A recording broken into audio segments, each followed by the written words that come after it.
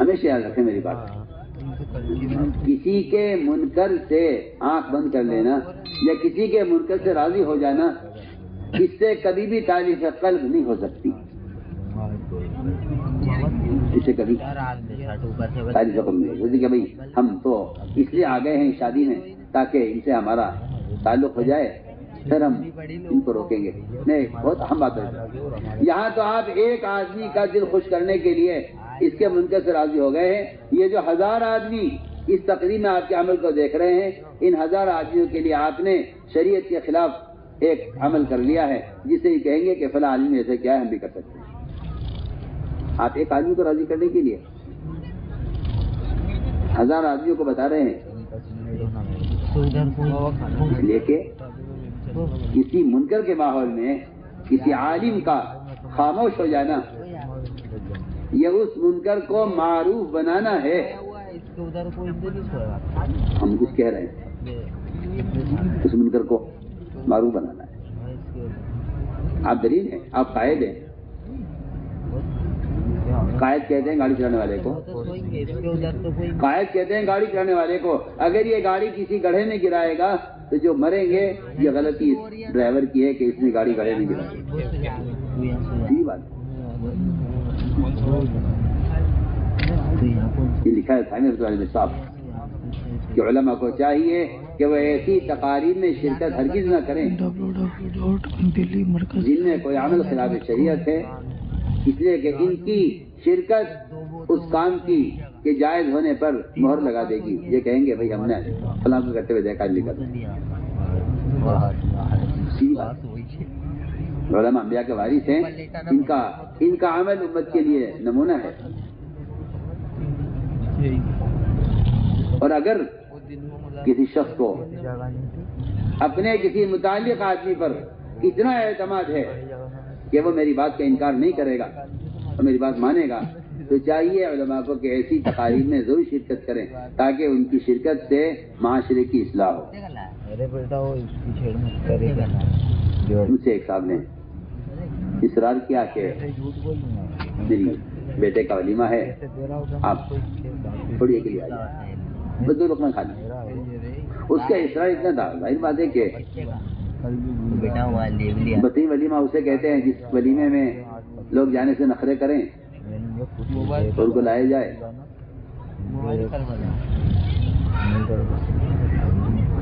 تو میں نے دعوت قبول کر لی، میں وہاں گیا تو میں نے وہاں دیکھا کہ لوگ کھانا میز کرسی پہ کھا رہے تھے۔ میں نے کہا یہ ان کو زمین بیٹھ کھانے کی سنت معلوم نہیں۔ تو ایک جاہل بولا کہ یہ حرام ہے۔ میں نے کہا تمہارا دین حرام پر اٹکا ہوا ہے بس۔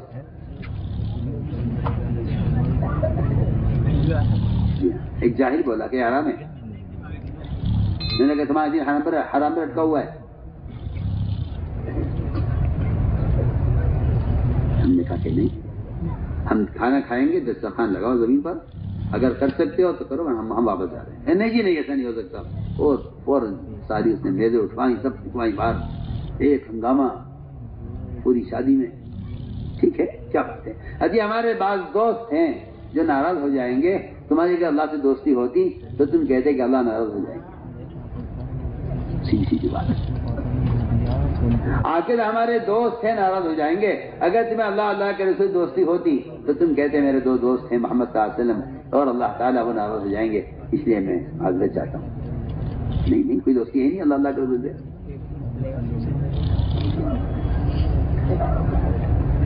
تو میں عرض کر رہا ہوں کہ یہ مداہنت ہے اپنے ذاتی تعلقات کو۔ میں کچھ کہہ رہا ہوں، میری بات توجہ سننا۔ اپنے ذاتی تعلقات کو اور کسی سے ذاتی محبت کو، اس کو منکر سے روکنے کے لیے استعمال نہ کرنا مداہنت ہے کہ جی میں تو اس لیے نہیں روک سکا ہوں آپ کو کہ آپ کا میرا ایک تعلق ہے، حالانکہ اس تعلق کا تقاضا یہ تھا کہ تو اپنے دوست کی محبت کو اور اسے تعلق کو استعمال کرتے اس کو اس غلط کام سے روکنے کے لیے۔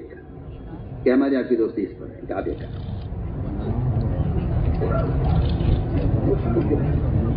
تو میں نے عرض کیا کہ اللہ تعالیٰ کا جو احکام ہیں اس حکم میں ماحول کو نہیں دیکھا جائے گا ماحول کیسا ہے. لیکن میں صاف سمجھ کرتا ہوں کہ ماحول کو دیکھ کر دینے والے بیروتیہ ہیں اور بیروتیہ منافق کو کہا گیا ہے. بیروتیہ جی ہاں, یہاں یہ لباس وہاں وہ لباس, یہاں یہ شکل وہاں وہ شکل, یہاں اس طرح وہاں اس طرح. میں آپ سے کہتا ہوں کہ غیر مسلم وزراء بھی مسلمانوں کو چکمہ دینے کے لیے وہ اپنا حلیہ بدلتے رہتے ہیں. مسلمان خوش ہوتے رہتے ہیں کہ دیکھو یہ ہمارے حلیے میں آئے, آج ہمارے ساتھ ہیں, آج ہمارے حلیے میں, آج ان کے حلیے میں. میں کہتا ہوں منافقین صبح شام حلیہ بدلتے تھے اپنے اپنے, جہاں جیسا موقع, جیسا دیش ویسا بھیش. یہ نفاق کی اصل تعریف یہی ہے. نفاق کی تعریف یہی ہے. نفاق کا ترجمہ یہی ہے جیسا دیش ویسا بھیش. ورنہ جب مقدار رضی اللہ تعالیٰ کے ہاتھ سے لقمہ گرا زمین پر اور سارے وزراء سارے اغیار بیٹھے ہوئے اور انہیں لقمہ اٹھایا زمین سے, اور ان کے لقمہ اٹھا کر جب کھانے لگے اس کو صاف کر کے, تو ایک نے برابر میں بیٹھنے والے نے ہاتھ مارا اس مقداد کے اور کان میں یہ کہا کہ مناسب نہیں ہے, یہ لوگ دیکھ کر کیا کہیں گے کہ مسلمان ایسے ہوتے ہیں کہ زمین سے لقمہ اٹھا کر کھا رہے ہیں. تو یہ کہا اس نے برابر والے نے مقداد سے کہ ہے تو ٹھیک ہے, سنت تو ہے ہی ہے, لیکن سنت تو میں انکار نہیں کر رہا سنت کا, لیکن اس سنت کا یہاں موقع نہیں ہے, اس لیے کہ لوگ اس پر آپ پر ہنسیں گے اور آپ سنت بچنے کا سبب بنیں گے. میں آپ سے کہہ رہا ہوں آج بھی مسلمانوں میں اپنے آپ کو بڑا پڑھا لکھا سمجھنے والے لوگ ایسے ہیں جو کہتے ہیں کہ سنت پر وہاں عمل کرنا چاہیے جہاں اس پر ہنسنے کا کوئی سبب نہ بنے. اگر آپ نے یہاں سنت عمل کیا لوگ اس سنت پر ہنسیں گے, آپ سنت پر ہنسنے کا ذریعہ بنیں گے. سنیے تو صحیح, آپ کہاں شیطان نے کیسا دھوکہ دیا مسلمانوں کو. مقداد سے انہوں نے کہا کہ یہاں موقع نہیں ہے سنت کا. مقداد کے کان میں کہا تو انہوں نے شور مچا دیا, فرمایا کیا میں اپنے نبی کو سنت چھوڑ دوں گا ان سارے احمقوں کی وجہ سے. سارے احمق بیٹھے ہوئے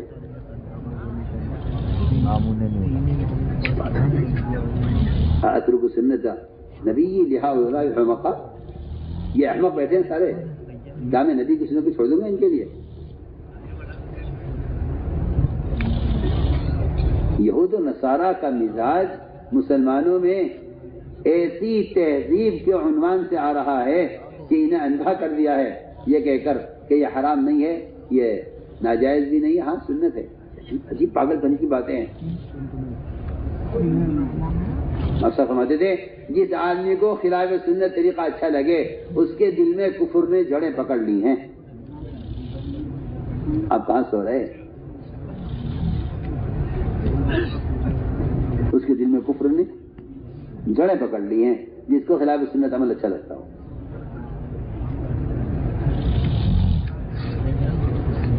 تو میرے دوستوں عزیزو, بات اصل یہ ہے کہ شریعت میں کیوں نہیں ہے, کہ ایسے کیوں ہے.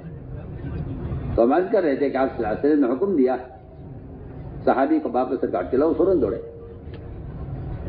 کہ نہیں, کیونکہ قرآن نے صاف کہہ دیا ہے کہ اگر محمد صلی اللہ علیہ وسلم سے مقابلے میں تمہیں محبت اپنے باپ سے, اولاد سے, تجارت سے, زراعت سے, اپنے وطن سے, اگر تم ان سے محبت زیادہ ہے تو پھر تم اللہ کے عذاب کا آنے کا انتظار کرو. فتربصوا حتى يأتي الله بأمره. تو میں نے عرض کیا کہ ایک امتحان یہ ہوا کہ آپ صلی اللہ علیہ وسلم نے ایک صحابی کو پکڑا ہوا جب آپ کو سر کاٹ کرنا. اطاعت میں یہ صحابی ایسے کھڑے اترے کہ فوراً دوڑے باپ کا سر لانے کے لیے. آپ نے فرمایا کہ ہمیں رشتوں کو توڑنے کے لیے نہیں, رشتوں کو جوڑنے کے لیے بھیجا گیا ہے. ہم تو تمہارا امتحان لینا چاہتے تھے, محبت ہم سے زیادہ ہے, باپ سے زیادہ ہے. تو اللہ تعالیٰ اپنے بندوں کی اطاعت کا اس طرح امتحان لیتے ہیں. یہ دیکھنا یہ ہے کہ اللہ کے رسول سے انہیں کیسا تعلق ہے. تو میں نے عرض کیا کہ کبھی حکم آئے گا حیثیت کے خلاف, جیسا میں نے عرض کیا کہ ابلیس کی حیثیت نے آدم کو کرنے سے انکار کرا دیا. کبھی حکم آئے گا ایک فطری محبت کے خلاف. ابراہیم السلام کو حکم دیا کہ بیٹے کو ذبح کریں, صحابی کو حکم دیا کہ باپ کو ذبح کریں. کبھی حکم آئے گا، کبھی حکم آئے گا. ایک آدمی کا اچھا جذبہ ہے اور حکم آئے گا اللہ تعالیٰ کا کہ اب اس وقت یہ نہیں کرنا ہے. میں اس کی مثال عرض کرتا ہوں. حضور اکرم صلی اللہ علیہ وسلم اپنے صحابہ کو ساتھ لے کر بیت اللہ کی زیارت کے لیے، طواف کے لیے تشریف لے گئے. اور ظاہر بات ہے کہ آپ کو سدایا گیا، مکہ مکرمہ سے آپ کو نکالا گیا، کیا کیا حالات آپ پر بنے اور کس طرح آپ نے مکہ مکرمہ کو چھوڑا ہے. اور صحابہ کا حال یہ تھا، اگر بخار آ جائے کسی کو یا بیمار ہو جائے تو وہ سمجھتا تھا کہ خبر نہیں اب بیت اللہ کی اجازت کر سکیں گے نہیں کر سکیں گے. اتنی تڑپ صحابہ میں بیت اللہ کی زیارت کی. آپ ساتھ صحابہ کو لے کر عمرے کے لیے تشریف لے گئے. حدیبیہ کے آپ کو عمرے سے روک دیا گیا. کفار نے آپ کو روک دیا کہ آپ عمرہ نہیں کرنے کا، واپس جائیے. آپ صلی اللہ علیہ وسلم نے کہا بھی کہ ہم تو عمرے کے لیے آئے ہیں، لڑنے کے لیے نہیں آئے کہ نہیں ہم آپ کو عمرہ کرنے نہیں دیں گے، اب واپس جائیں. یہ صحابہ کا ایک سخت امتحان تھا کہ اس موقع پر صحابہ کرام آپ صلی اللہ علیہ وسلم کا حکم ہوا صحابہ کو واپس چلو. اب دیکھیے آپ، رکاوٹ کفار کی طرف سے، حکم اللہ کا یہ کہ واپس جاؤ. اب میں صحابہ سے کہ چلو واپس. صحابہ کی ہمت نہیں، کیسے واپس چلے جائیں. حضرت میں یا رسول اللہ ہم کیوں نہ مقابلہ کریں، اور کیوں نہ کہ ہم حق پر ہیں، اللہ کا گھر ان کا نہیں ہے سب کا ہے. میں کہ عمر اللہ کا حکم یہی ہے. عمر رضی اللہ تعالی عنہ کی رائے، ان کی چاہت یہ تھی کہ ہم عمرہ کریں، آپ کو ملا کے واپس چلیں. یہ امتحان ہے. ہم دیکھنا چاہتے ہیں تمہارا اچھا جذبہ، تمہارا اچھا شوق، اگر ہم تمہیں اچھے جذبے سے بھی روک دیں تو ہماری بات مانتے یا نہیں مانتے. اللہ اکبر. یہاں جذبہ اور شوق عمرہ کرنے کا اور حکم واپسی کا، کوئی تیار نہیں. آپ صلی اللہ علیہ وسلم پریشان ہو کے گھر میں داخل ہوئے. ام سلمہ سے کہا کہ اللہ کا حکم یہ ہے مگر میرے صحابہ وہ سر مڑانے کو واپس جانے کو تیار نہیں ہے. ام سلمہ نے کہا کہ آپ اپنے اللہ سے کہیں کہ وہ آپ کا سر مونڈ دے. یہاں سے اصول ملا ہے سب کے لیے، نئے ہوں یا پرانے، بڑے ہوں یا چھوٹے، سب کے لیے یہاں سے یہ اصول یہاں سے ملا ہے کہ ہر ایک شخص کو چاہیے کہ وہ عمل کرنے میں، قربانی دینے میں اپنے آپ کو مقدم کرے، اپنے آپ کو مکلف کرے، اپنے آپ کو مقدم کرے، اپنے آپ کو مکلف کرے. یہ حکم دیا گیا. آپ سے آیا اپنے اللہ سے کہ میرا سر منڈو. جیسے صحابہ نے دیکھا کہ آپ کا سر مونڈا جا رہا ہے، صحابہ کرام نے اس طرح اپنے سر کو مونڈا ہے کہ ان کے سروں سے خون بہ رہا تھا، انہیں ہوش نہیں تھے، سر زخمی ہو گئے. لیکن صحابہ کہ آپ صلی میں ایک عمل کریں ہم نہ کریں ایک ہو گئے. یہاں جذبہ، شوق عمرہ کرنے کا، حکم واپسی کا.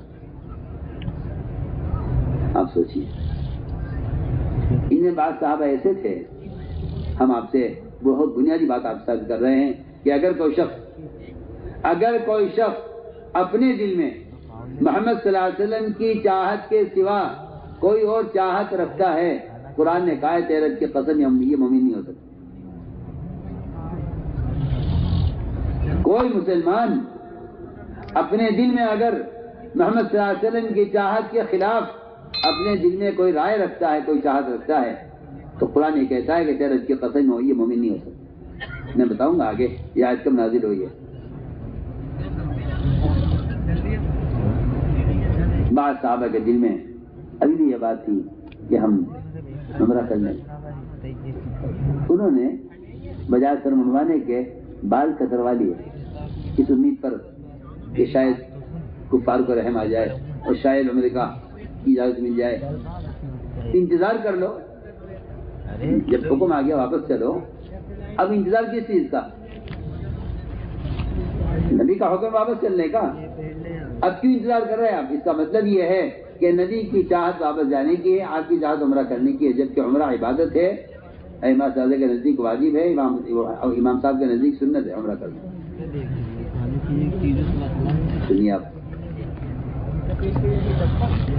دل میں یہ تھا بعض صحابہ کے کہ ہم بال کتروا لیتے ہیں، شاید عمرہ کر لیں ہم، اب کتروا لیتے ہیں پھر بلوا لیں گے۔ آپ صلی اللہ علیہ وسلم نے 3 مرتبہ سر مڑانے والوں کے لیے دعا فرمائی، 3 مرتبہ دعا فرمائی، اے اللہ حلق کرنے والوں کی مغفرت فرما، حلق کرنے والوں کی مغفرت فرما، حلق کرنے والوں کی مغفرت فرما، 3 مرتبہ فرمایا۔ 1 مرتبہ بھی ان کے لیے دعا نہیں ہوئی، 3 مرتبہ آپ نے مغفرت کی دعا جو کی ہے وہ حلق کرنے والوں کے لیے کی ہے۔ جب انہوں نے سنا کہ ہمارے لیے دعا نہیں ہو رہی ہے تو انہوں نے کہا کہ اے رسول اللہ آپ ان کے لیے دعا کی، ہمارے لیے دعا کر دیجیے۔ آپ نے ان کے کہنے پر، بال کتروانے والوں کے کہنے پر آپ نے 1 مرتبہ ان کے لیے دعا کی ہے، اللہم اغفر للمقصرین، اے اللہ جو بال کتروانے کی مغفرت فرما۔ وجہ کیا ہے؟ وجہ یہ ہے کہ جو محمد صلی اللہ علیہ وسلم کی بات پوری طرح مان رہے ہیں اور ان کے دل میں عمرے کا ارادہ نہیں ہے، ان کے دل میں عمرہ کرنے کا ارادہ نہیں ہے، ان کے لیے بغیر ان کی طلب کے مغفرت کی دعا ہو رہی ہے 3 مرتبہ، جن کے دل میں یہ ہے عمرہ کر لیتے۔ ان کے لیے آپ نے دعا خود نہیں مانگی، ان کے کہنے پر آپ نے 1 مرتبہ ان کے لیے دعا کی ہے مغفرت۔ تو ہم عرض کرنا چاہتے ہیں کہ اللہ تعالیٰ امتحان لیتے ہیں، اور جو لوگ امتحان میں کامیاب ہو جاتے ہیں وہ حال کے امر کو پورا، میں تو میری ساری بات کا خلاصہ حال کے امر کا پورا کرنا ہے، چاہے وہ آدم کو سجدہ کرانا ہو، تو یہ واقعات میں نے عرض کیے ہیں، ان سب کا خلاصہ صرف حال کے امر کا پورا کرنا ہے کہ ہمارے حال کا امر اگر ضائع کر دیا آپ نے تو آپ ضائع ہو جائیں گے، حال کا امر پورا کر دیا آپ نے تو آپ کامیاب ہو جائیں گے۔ حال کا امر میں عرض کروں گا یہاں چنانچہ صحابہ نے فیصلہ کر لیا واپس جانے کا۔ ابھی آپ یہاں سے ہٹے نہیں تھے کہ سورہ فتح نازل ہوئی، اللہ تعالیٰ نے آپ صلی اللہ علیہ وسلم کو خوشخبری سنا دی کہ جو آپ کو بیت اللہ میں داخل نہیں ہونے دے رہے ہیں، ہم ہمیشہ کے لیے بیت اللہ کو آپ کے حوالے کریں۔ تم نے چھوٹے کام میں اطاعت کر لی، ہم آپ کو بڑی چیز دے دیتے ہیں۔ 1 مرتبہ زیارت کرنے کی کوشش میں آپ نے ہماری بات مان لی اور آپ نے جذبہ قربان کر کے اللہ کے حکم پر آپ واپس ہو گئے ہیں۔ ہم آپ کی واپسی سے پہلے ہی آپ کو بتا دیتے ہیں کہ مکہ فتح ہو چکا ہے ہمیشہ کے لیے، اب آپ کو روکنے والے یہاں داخل نہیں ہو سکیں گے۔ اس لیے کہ نبی کی نظر نتیجے پر ہوتی ہے، نبی کی نظر نتیجے پر ہوتی ہے۔ میں آج بھی آپ سے کہتا ہوں، جس مسلمان کی نظر نتیجے پر ہوگی کہ اللہ کا یہ وعدہ پورا ہونے والا ہے، کیونکہ ایسے مسلمان درمیان کی تمام ناگواری کو برداشت کر لیں گے، تمام احکام پورے کر لیں گے۔ جن کی نظر نتیجے پر نہیں ہوتی ان کا حال برباد ہوتا ہے، کیونکہ ان کی نظر عاقبت پر اور نتیجے پر نہیں ہے۔ آپ صلی اللہ علیہ وسلم کی نظر نتیجے پر تھی کہ کیا ہونے والا ہے، کیونکہ نتیجہ اس کا بہتر ہوگا، نتیجہ اسی کا بہتر ہوگا جو حال کے امر کو پورا کر دے۔ جو حال کے امر کو ضائع کرے گا اس کا مستقبل برباد ہوگا، جو حال کے امر کو پورا کر دے گا اس کا اللہ تعالیٰ مستقبل آباد کر دیں گے۔ میں تو آپ سے بالکل واضح بات کر رہا ہوں کہ آپ صلی اللہ علیہ وسلم نے حکم پورا کیا، ابھی وہاں سے ہٹے نہیں تھے کہ آسمان سے سورہ فتح نازل ہو گئی۔ صحابہ فرماتے ہیں کہ تم حدیبیہ کو، تم فتح مکہ کو فتح مکہ کہتے ہو، ہم حدیبیہ کو فتح مکہ کہتے ہیں۔ یہ حکم پورا کر دیا۔ تو میں نے عرض کیا کہ جذبہ یہ ہے کہ عمرہ کریں، حکم یہ کہ واپس جاؤ۔